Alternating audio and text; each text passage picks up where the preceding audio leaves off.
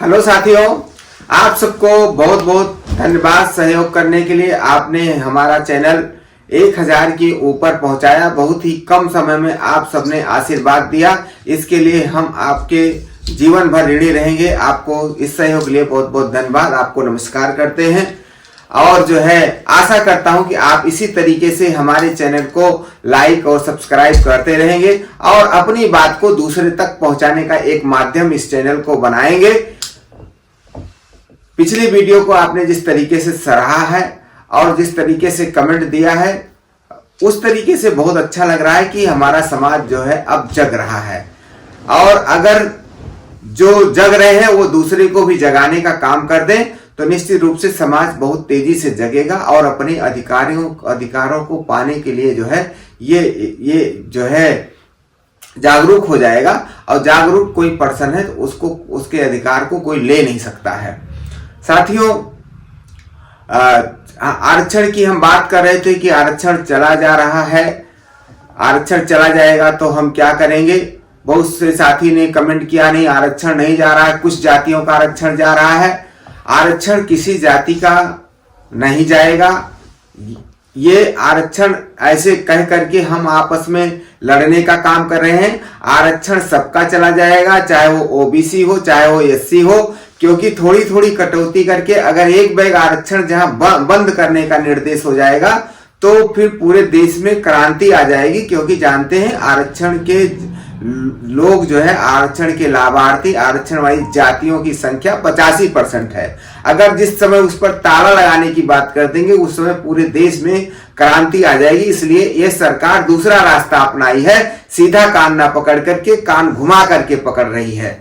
आरक्षण को जो है कैसे मारा जा रहा है, उसका सबसे अच्छा जीता जागता तरीका है कि जो संस्थाएं प्राइवेट कर रही हैं। अगर कोई यूनिवर्सिटी, आपने देखा अब शिक्षा भी जो है वो प्राइवेटाइजेशन हो गया, मतलब सरकारी संस्थाएं बंद हो रही हैं और जो है प्राइवेट संस्थाएं जो है वो उनको जो है बढ़ावा दिया जा रहा है। प्राइवेट संस्था में कहीं भी नहीं लिखा गया कि जो है कि उसमें आरक्षण हो। हमको तो ये समझ में नहीं आता है, इस देश में आरक्षण का जो हमारे आरक्षण का आर्टिकल है जिसमें हमको 335 के तहत आरक्षण मिला, अनुसूचित जातियों को सामाजिक आधार पर मिला।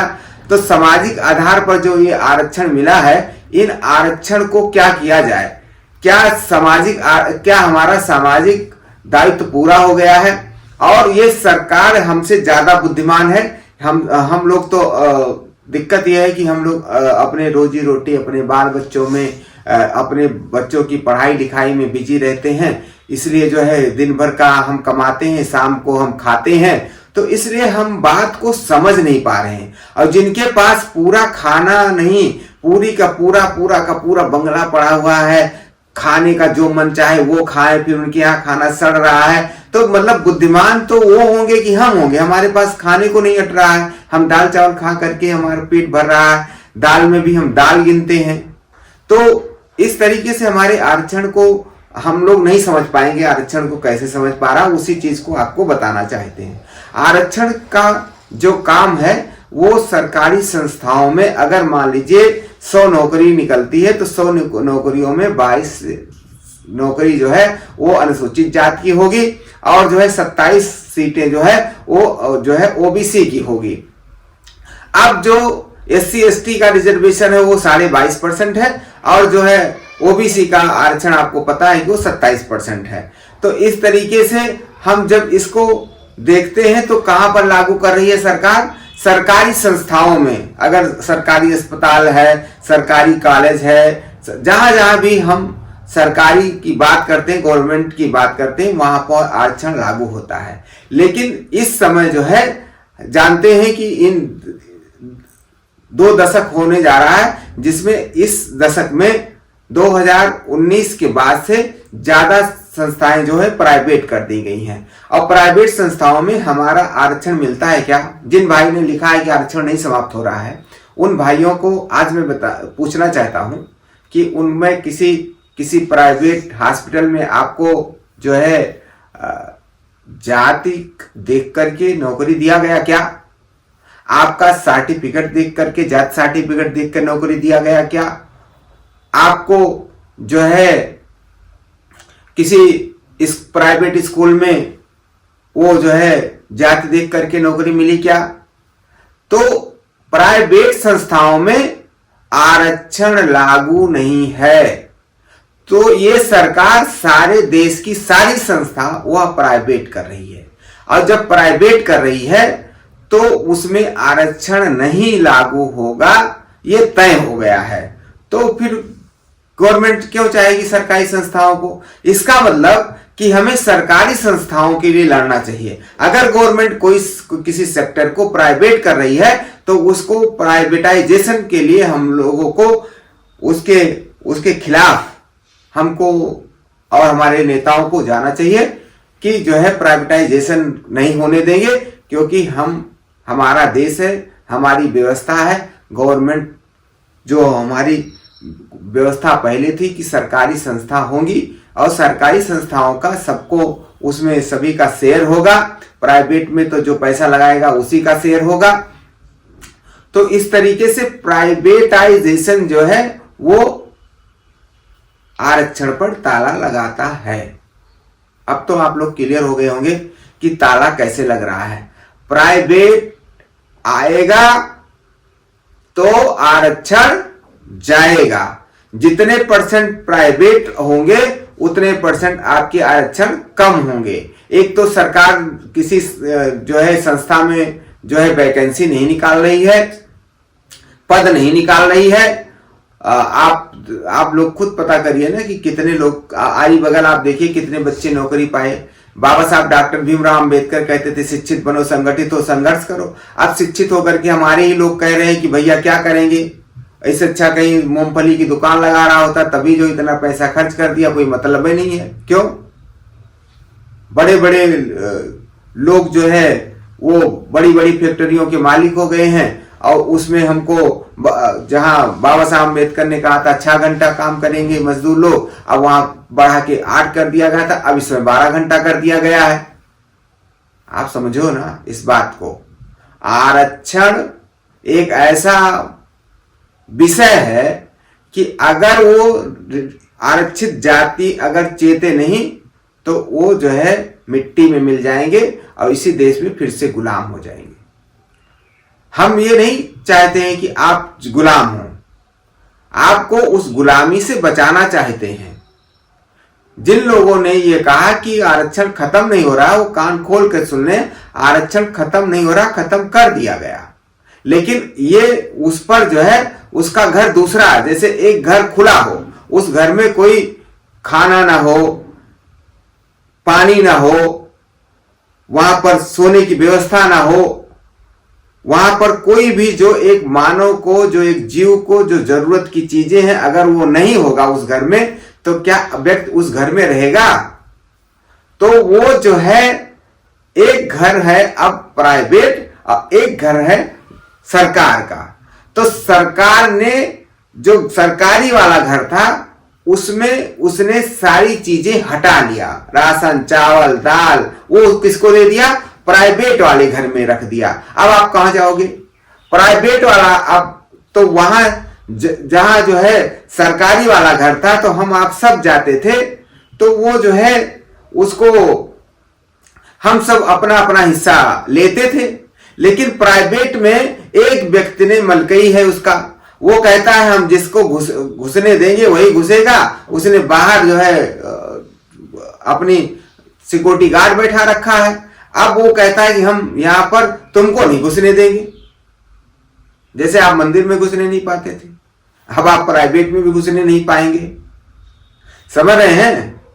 जैसे आप मंदिर में पूजा अर्चना नहीं करने पाते थे, वैसे आप प्राइवेट में नौकरी और सेवा नहीं करने पाएंगे। जैसे आप किसी पात में नहीं बैठने पाते थे, वैसे आप प्राइवेट के पात में नहीं बैठने पाएंगे, क्योंकि वो आपका प्राइवेट संस्था है नहीं। संस्था तो है किसी एक व्यक्ति का, जबकि सरकारी है सभी का। उसको सरकार को जब सभी का है तो सबके लिए खाना, राशन, पानी की व्यवस्था करना पड़ेगा।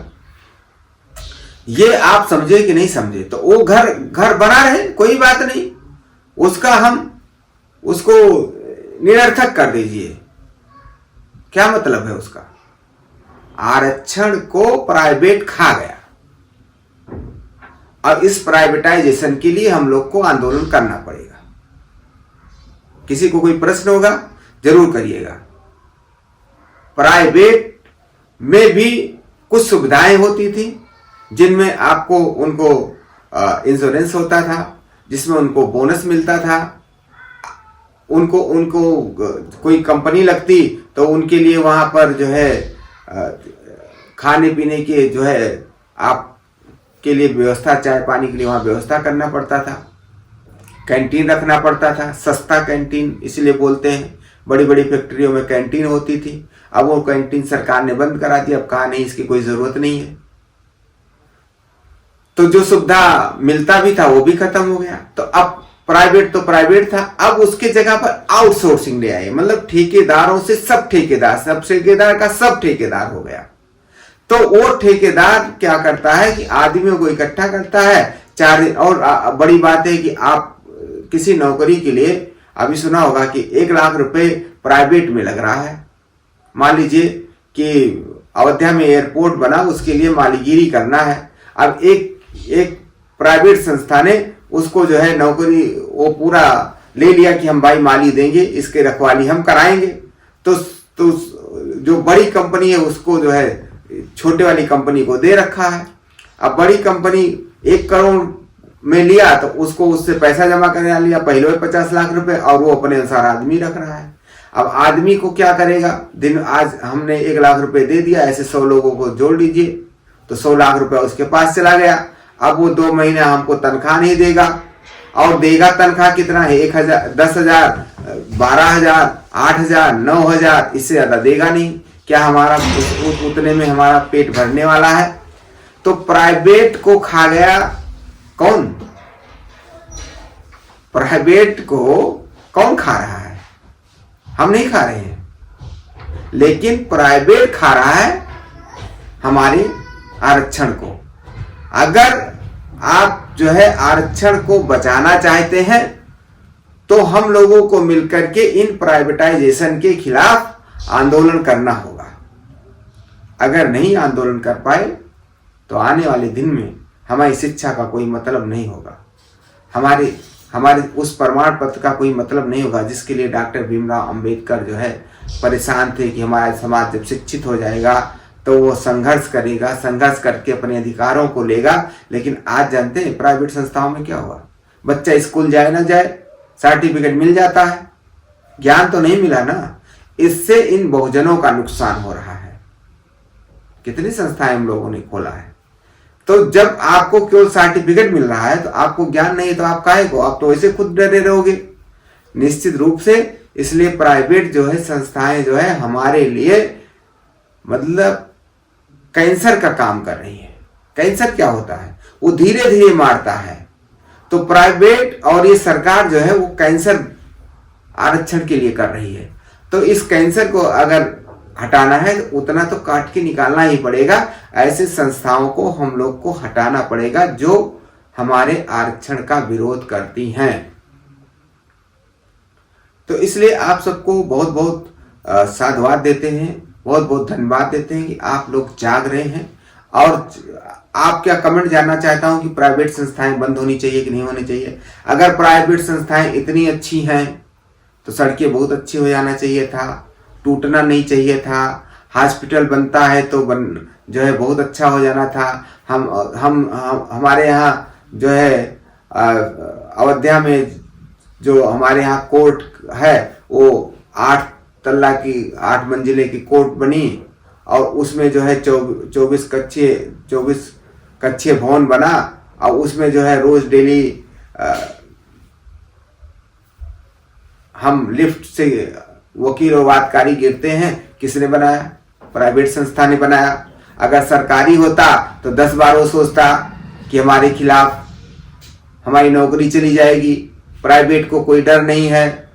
इसलिए आपने देखा होगा आपके गांव में आपके आरी बगल, जब भी अपने आरी बगल देखिए प्राइवेट काम अच्छा है कि सरकारी काम अच्छा है, तो कुछ जगहों पर ये सारी चीजें जो है हमारे लिए नुकसान कर रही हैं। इसलिए हम लोग आरक्षण को बचाना चाहते हैं। अगर आरक्षण नहीं बचा तो अनुसूचित जात और ओबीसी फिर से वही गुलामी करेगा, केवल खाने के लिए मोहताज हो जाएगा, खाने पर निर्भर हो गया है। अभी तो खाने के लिए निर्भर हो गया है, क्योंकि उसको लगता है अगर सरकार खाना बंद कर देगी तो हमारा जीवन बंद हो जाएगा। आपके हाथों से काम छीन लिया गया है।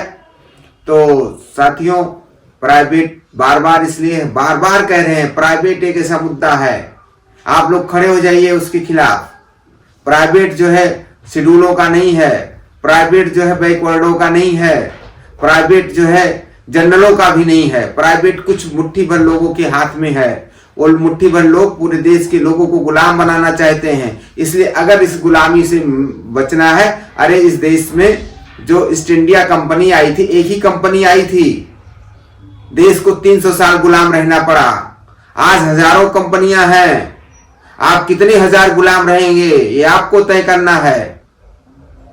एक ईस्ट इंडिया कंपनी आई तो 300 साल तक गुलाम रहे हम लोग, और इस समय हजारों कंपनियां आ गई हैं, हम लोग कितने हजार साल तक गुलाम रहेंगे।